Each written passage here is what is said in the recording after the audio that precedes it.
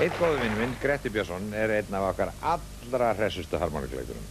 Við höfum fengið hann til að koma hérna í kvöld til okkar og hér kemur hann, Gretti Björnsson.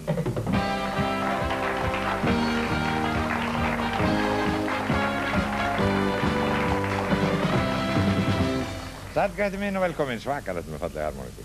Já, ekki veitir af. Hvað er þetta franskt eða? Uppmyndur. Heyrðu, þú sást hérna kallana bræðurna hérna áðan, hérna í sveitamennina. Kallana? Já, sástu harmoníkuna sem þið voru með.